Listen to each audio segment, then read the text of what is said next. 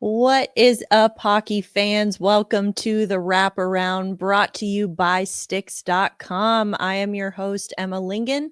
I'm joined, of course, by my co-host, Michael Augello. We are here from the Hockey News to break down all of the latest storylines, playoff-related, off-season related, everything in between in the hockey world in bite-sized formats for easy digestion.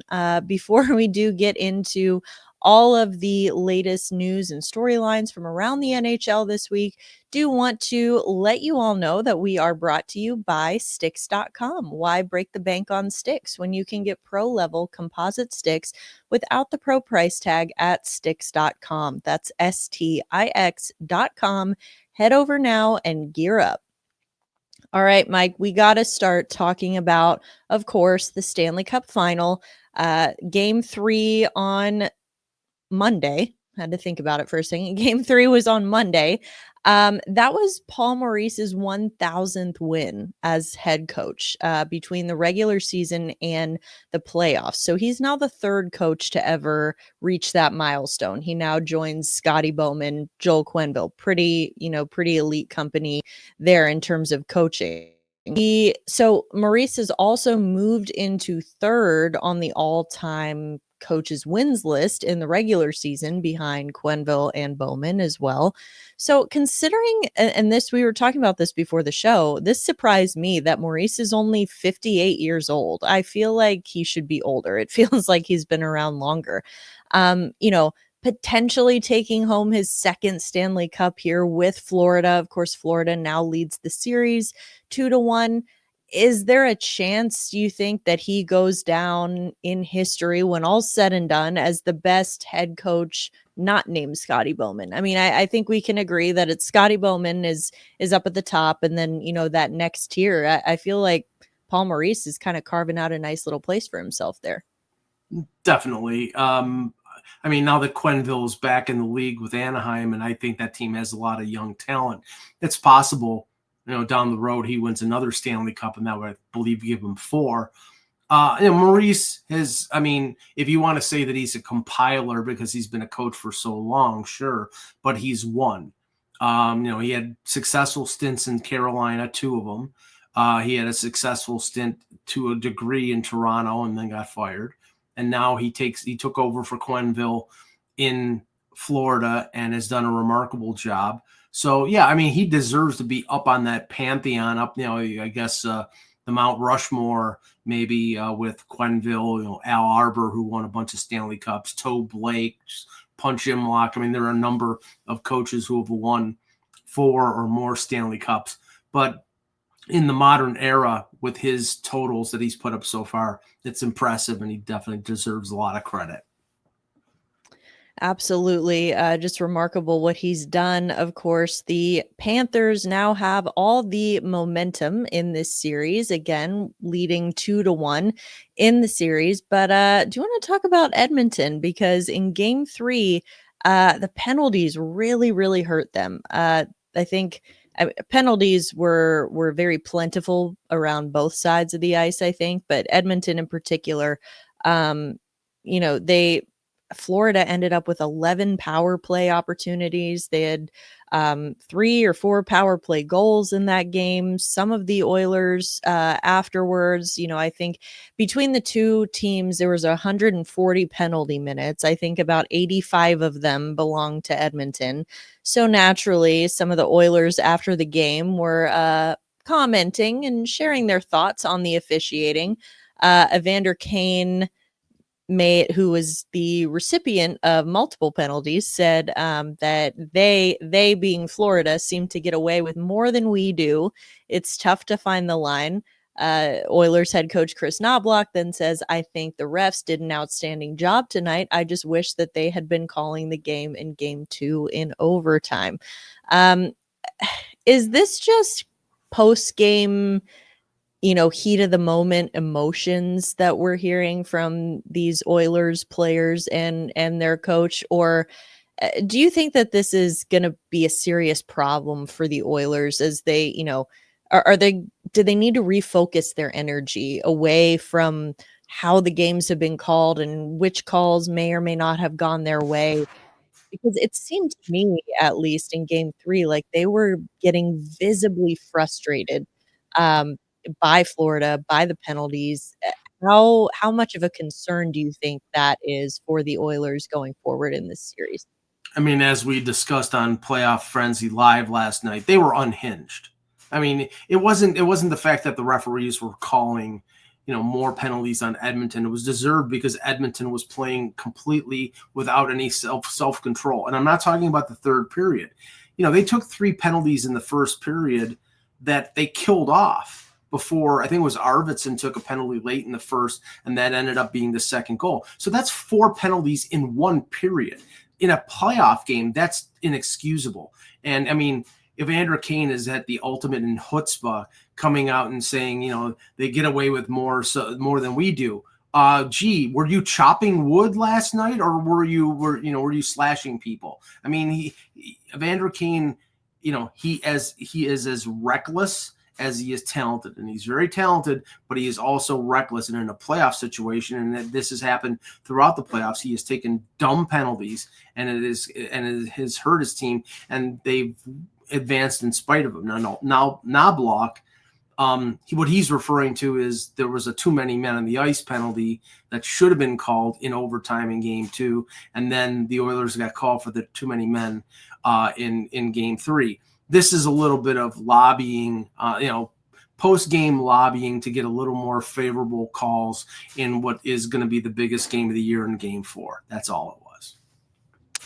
Yeah, interesting talking about Kane and saying that the Panthers get away with more than Edmonton does, because you bring up that first period, both teams had 4 penalties. They had 4 penalties each at the end of the first period. So I don't think it was a matter of, certain calls weren't going their way. Now, you could make the argument that the refs were calling everything. They were calling things a little too tight, but I mean, that's a separate conversation. I think that Edmonton definitely looked reckless. They looked unhinged.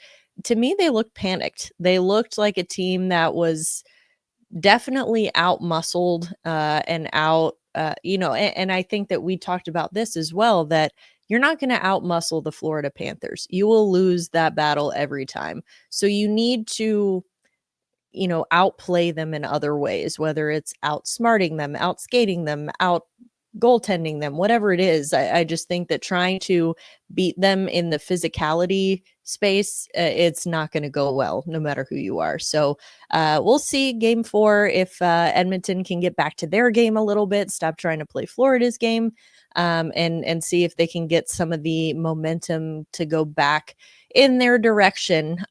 Moving on from some non-playoff related topics, though. Toronto Maple Leafs have hired Derek Lalonde as their assistant coach just a few days after Lane Lambert left to become the head coach of the Seattle Kraken. So Lalonde's time in Tampa Bay as an assistant, he was in charge of the penalty kill. It was much better than his time as a head coach in Detroit. Tampa had the third best penalty killing rate in the league when Lalonde was there for his 4 seasons with the team from 2018 to 2022. So if we're assuming that Lalonde fills that role and takes over the penalty kill duties in Toronto, Mike, do you think this is a good hire for the Leafs, and do you expect to see dramatic improvement in that regard under him? Well, we're talking non-playoffs. So of course, we're talking about the Maple Leafs. Yeah, this is a good hire. Lalonde was an observer of the Leafs the last couple of years, doing some work for Hockey Night in Canada. He was particularly insightful when they played Tampa Bay, since he was an assistant with Tampa Bay. He was still coach of the Red Wings at that point. Yeah, this is a spot, and maybe this is a spot where, coaches who have been former head coaches are using it as a springboard to get another head coaching job. The Leafs penalty kill, I think, was middle of the road last year. It wasn't terrible, but it wasn't great. And in a year when they won the Atlantic Division and they had some trouble in the playoffs killing penalties, it's possible that Lalonde can have a positive effect on them. I think that the pieces are there for the Leafs to be better penalty killers, but there's going to be a dramatic changeover in their forward complement, especially Mitch Marner, who I believe is not going to be there next season. He is one of the primary penalty killers on the first unit all the time. So that'll be a challenge for Lalonde. All right. Well, sticking north of the border here for a moment, want to talk about Ottawa because the owner of the Senators, Michael Andlauer, said that there is, quote, no truth to the recent rumors about Drake Batherson being shopped around as a potential trade piece this summer. So just to sum up, Batherson, 27 years old, he's had 60 plus points over the last 3 seasons. He's currently at just under $5 million cap hit for 2 more seasons. So regardless of what Andlauer says about the plans and what the organization says they're going to do you think that it's something that they should consider moving on from Batherson at this point, or do you think that he's an integral part of this team? Well, Ottawa, in a sense, is the same as Buffalo in terms of having the ability to attract players. And when you have a player who's scoring at the level that Batherson's scoring, and you have him locked up for this year and next year at under $5 million, why would you trade him? I mean, if there's an option out there where you can trade for a player who's making less, who you have more control over, I would get it. But they have issues finding players to come there via free agency unless they overpay them, or unless they're from the Ottawa area. Like, Claude Giroux came there because he's from Hearst, Ontario. He's from, relatively close to Ottawa. So no, I wouldn't trade him. But clearly, if there are rumors out there about them trying to make some significant moves, they already traded Josh Norris for Dylan Cousins, so that was a swap of centers. Then there seems to be a little bit of unrest there in that organization for them to improve. I don't think it's up front. I think it's really they need to improve on the blue line, where they traded Jacob Chikrin, they have Jake Sanderson, and they have Shabbat. But I think they need to add a couple blue liners that if they really want to ascend to the higher level of the Atlantic Division. Yeah, and to build on the success from this season as well, getting back into the playoffs, and obviously that's something that they want to continue to build on. So identifying those areas of need there. Spencer Carbery, officially, to the surprise of no one, was awarded the Jack Adams Award last week, Coach of the Year. It's just his second year as head coach of the Washington Capitals. In that time, Washington improved by 11 wins, 20 points, and won a Stanley Cup playoff series for the first time since they won the Cup in 2018. So the Capitals finished second in goals per game in the regular season. They were at 3.49. That's after they were 28th in that same category last season with 2.63. So they also finished the season tied for 8th in goals per game after tying for 16th last season. Just remarkable improvement all around the board. Carbery, like I said, no one's surprised. He was the clear front runner for this award. I want to say I think he's now the first individual to win Coach of the Year award in the ECHL, the AHL, and the NHL, if I'm remembering that correctly. But regardless, certainly deserving of the award at the NHL level this year.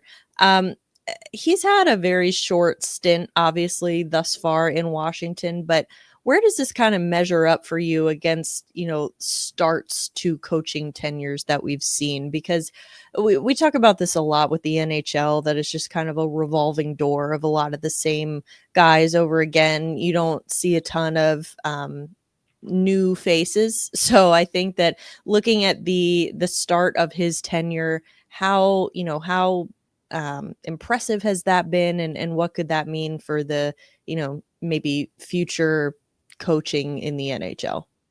Well, he's definitely sort of a rock star. I mean, he joined the Maple Leafs coaching staff a few years back after being a coach of the year in Hershey and had a lot of success there. I think the only coach that's won at the ECHL, AHL, and NHL level championship wise is John Cooper.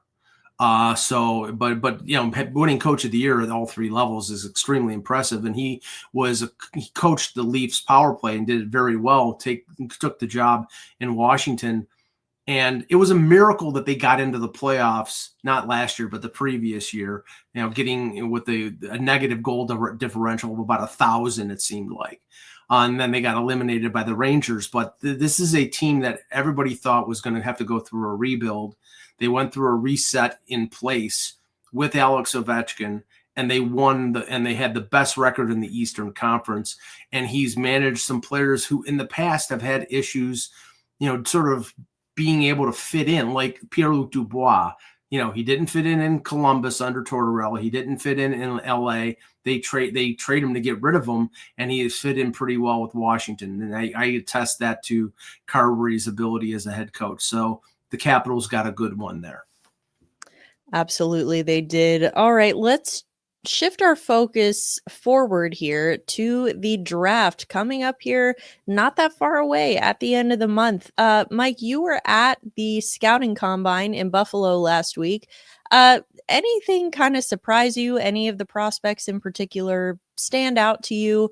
And what did you learn, if anything new about these guys? Well, it just seems that unlike previous years where I think pretty much everybody knew how the first 3 or 4 picks were going to go. After Matthew Schaefer going number 1 to the Islanders, it really is up in the air. There's a lot of speculation that like second overall is going to be Michael Misa with San Jose, but there's been some chatter of, maybe Porter Martone there's maybe 4 or 5 players that could go anywhere from second to fifth in any particular order. Usually it falls in place. And in this year, the only year in recent memory I can think of where it sort of surprised me was 2022 in Montreal when Slavkovsky went instead of Shane Wright.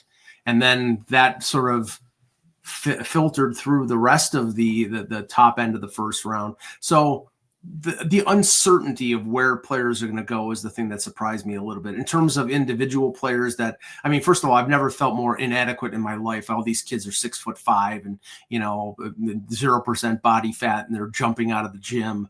William Horkoff, who's the son of former NHLer Sean Horkoff, I believe he set the record for the long jump. It was like 124.75 inches, jumped out of the gym. Impressive. He's probably going to be a mid to late first round pick. Compared himself to Brady Tkachuk and wants to be a power forward. He's at Michigan right now. So just learning, it's always a learning experience for me. I sort of bone up on the draft at the combine and then know more about these players as we get to the draft. And in this year with the decentralized draft, it's going to be even a little bit weirder because we're not going to be where they are and talk to them after they get picked. Yeah, and it's interesting too, talking about just learning about the the order and the projected order. It just seems like there's a lot more uncertainty this year, even within the top 5. Even Matthew Schaefer, again, kind of the consensus best player in the draft, but there is even some level of uncertainty that the Islanders will even pick him at number 1 overall because he is a defenseman. So there's been chatter maybe they'll pick Misa at number 1 and Schaefer falls to number 2. So you really, it's sort of this added level of intrigue this year, I think, that we haven't had in recent years. On that note, looking at the top 5, the last time a top 5 pick was traded at the draft was in 2008. So that was when Toronto moved the 7th overall pick and 2 conditional picks to the Islanders for the 5th overall pick. Now, of course, the Islanders are drafting number 1 this year. Looking at the top 5 this year, any of these teams that you think are likely at all to trade their top 5 picks? And sort of on that note, are there any players in that range that are worth trading up for if you're outside of the top 5. Again, the order for the top 5, it goes number 1, Islanders, 2, Sharks, 3, Blackhawks, 4, Mammoth, and 5, Predators. So any potential for some movement there in the top 5, do you think? Yeah, there's potential. It's unlikely because usually teams that high, I don't think anybody's trading out. You could see a situation where, and there were little rumblings about, San Jose, they might trade down from 2 to 3 to get an extra this or an extra that. And it's like, okay, well, they've already got a ton of draft picks as it is. So why would they trade down from 2 to 3? So I think they're pretty much going to stay static where they are. And by the way, the trade that you mentioned from 2008, the Leafs and the Islanders, that was Luke. They traded up from 7 to 5 to get Luke Shen, and then they ended up taking Josh Bailey. So two longtime NHLers. So did it make a great deal of difference? Not much. But it's all a question of where these teams, whether they see an advantage of a player that might be able to slip down if they wanted to trade down 2 or 3 slots. And that's possible, but you're really rolling the dice. I mean, if you're San Jose and you're sold on Michael Misa, you stay at 2 and you take Michael Misa.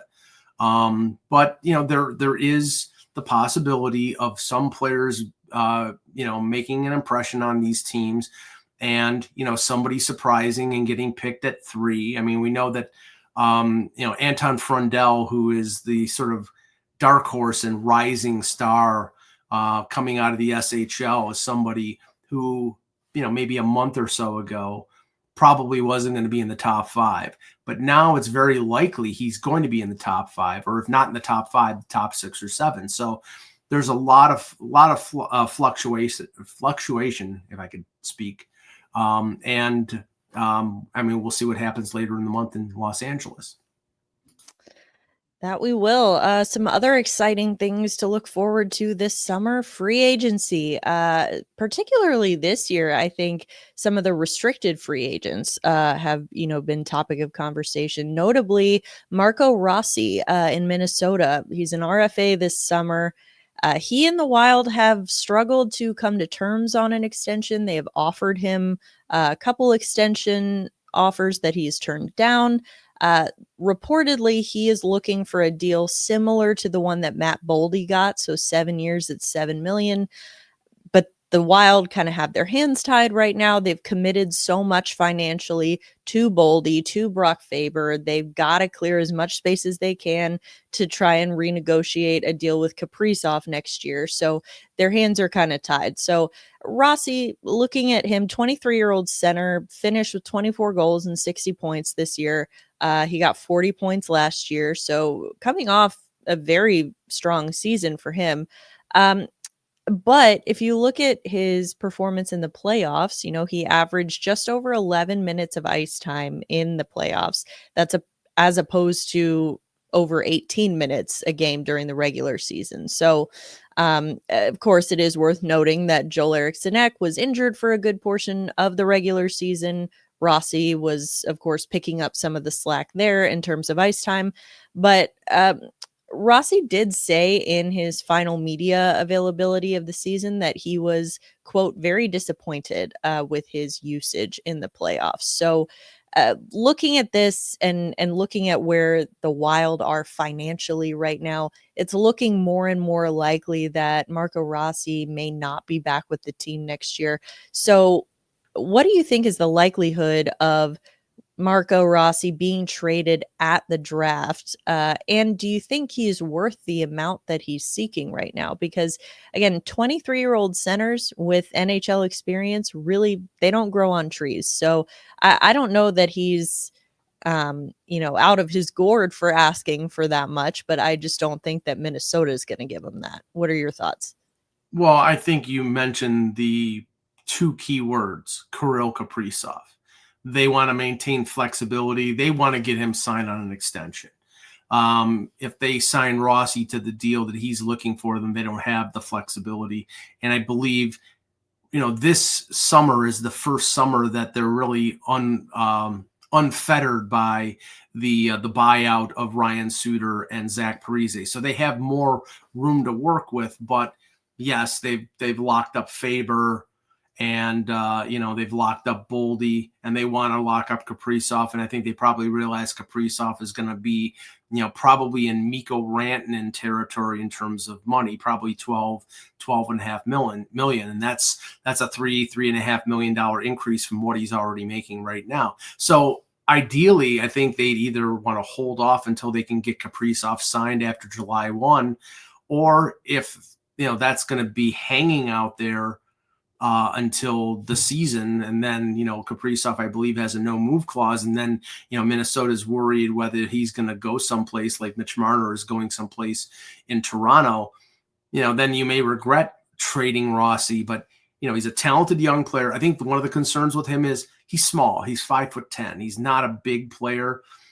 He's very skilled, very speedy, but I think making long-term commitments to smaller players in this league is always a concern. And I think, until the Kaprizov situation is resolved, either Rossi's going to get traded or they're going to hold that in abeyance until they can get the Kaprizov situation taken care of. Yeah, it'll be interesting to see what happens there. Another RFA who could potentially be on the move this summer is Keandre Miller. Elliot Friedman said on his 32 Thoughts podcast this week that the Rangers have been testing the market on Miller. He's 25 years old, left shot defenseman. He averaged the second most time on ice for the team this season behind Adam Fox. Former Norris Trophy winner. So do you think that the Rangers can afford to move on from Miller if you look at the rest of their defensive core? Of course, they have Fox, but looking around at the rest of their D core, do you think it's more likely that Miller gets traded, or that he gets offer sheeted, or do you think that the Rangers should be trying to do more to hold on to him? Well, I mean, if you look at the way that they've sort of dismantled and then reassembled their defense, I mean, they got rid of Ryan Lindgren as a rental, and he was the defense partner for Adam Fox for years. That created a gap on the left side, and Miller did play the left side with Fox at the end of the season. Now, if they're shopping him, they may not think that that's a fit, but their left side is barren. I mean, other than Miller, Carson Soucy is their top left shot defenseman. That's bad. I mean, Carson Soucy is a okay 5'6". He is not a top four defenseman. And they're loaded on the right side with Borgen, with Fox, and with Braden Schneider. So unless they're going to move one of those guys for a lefty, I would think it's got to be something that Chris Drury is trying to get Miller on a number that's reasonable. Or, he's an ARB eligible restricted free agent. Maybe they just go to arbitration and get him for a year and work on a deal during the year. But I to my mind, I can't see them wanting to trade him. But, if his number is too much out there, then maybe they have to trade him. Yeah, it surprised me as well, especially with so many teams right now are a little weaker on the right side. New York is stacked on the right side. It's the left side that they need to shore up. So was definitely surprised to hear that from Elliot this week. Want to wrap up the conversation today, stepping outside of the NHL a little bit, heading over to the PWHL. So they are heading west next season. They've expanded. They've got 2 new teams in Vancouver and Seattle. They had the expansion draft on Monday, and some pretty big names were chosen. So for Vancouver, you had players like Claire Thompson, Sarah Nurse. For Seattle, Hillary Knight, Alex Carpenter. How important do you think it's going to be, Mike, for these teams and for the league, that they have these, this level of star power joining their new franchises? How good is that going to be for not only the teams, of course, and their success, but the success of the league already, just in seeing that star power on the move at this point? Clearly, the PWHL learned something from the National Hockey League when it came to expansion, because if you look at expansion going back into the 70s, Buffalo was an outlier. They made the Stanley Cup final in 5 years after they expanded the 1970 expansion. But teams like Vancouver, Atlanta, Washington, it took them years to be competitive. And they were picking essentially, whatever the other teams wanted to, make available to them. Their rosters were terrible, and they basically built through the draft. With Vegas and with Seattle, you recognize these teams need to be good in a new market to establish the franchises. And Vegas makes the Stanley Cup final in their first year. Seattle has some initial success. So I think the PWHL is looking at it and saying, okay, we've got to have these teams be successful right off the bat. And getting Sarah Nurse in Vancouver and Hillary Knight in Seattle, that's a good start. Definitely. I think you look at other NHL examples too. Nashville is one, and when they expanded, a lot of people talk about the year that Paul Correa came to play in Nashville as being a watershed moment for that franchise, for the reason that you're talking about, that, they got some legitimate NHL star power coming to play and help establish this franchise. And it's not just, as you said, sort of what's left over, what the other teams were making available to them in the expansion draft. So I think it's exciting. I think it's great. I think it'll be interesting to see. I was a little surprised, honestly, to see that the two expansion markets were so far west, because obviously the rest of the league is pretty concentrated in the East and the Midwest. So, but I think it's great for the great game, great for the league. And I'm sure they'll have a big market for that out there, especially if those teams do start seeing early success with the addition of these star players. For now, that is going to do it for today's episode of the Wraparound. Thank you again to Stix.com, as always, for sponsoring us. For Mike Augello, I am Emma Lingan, and we will talk to you next week.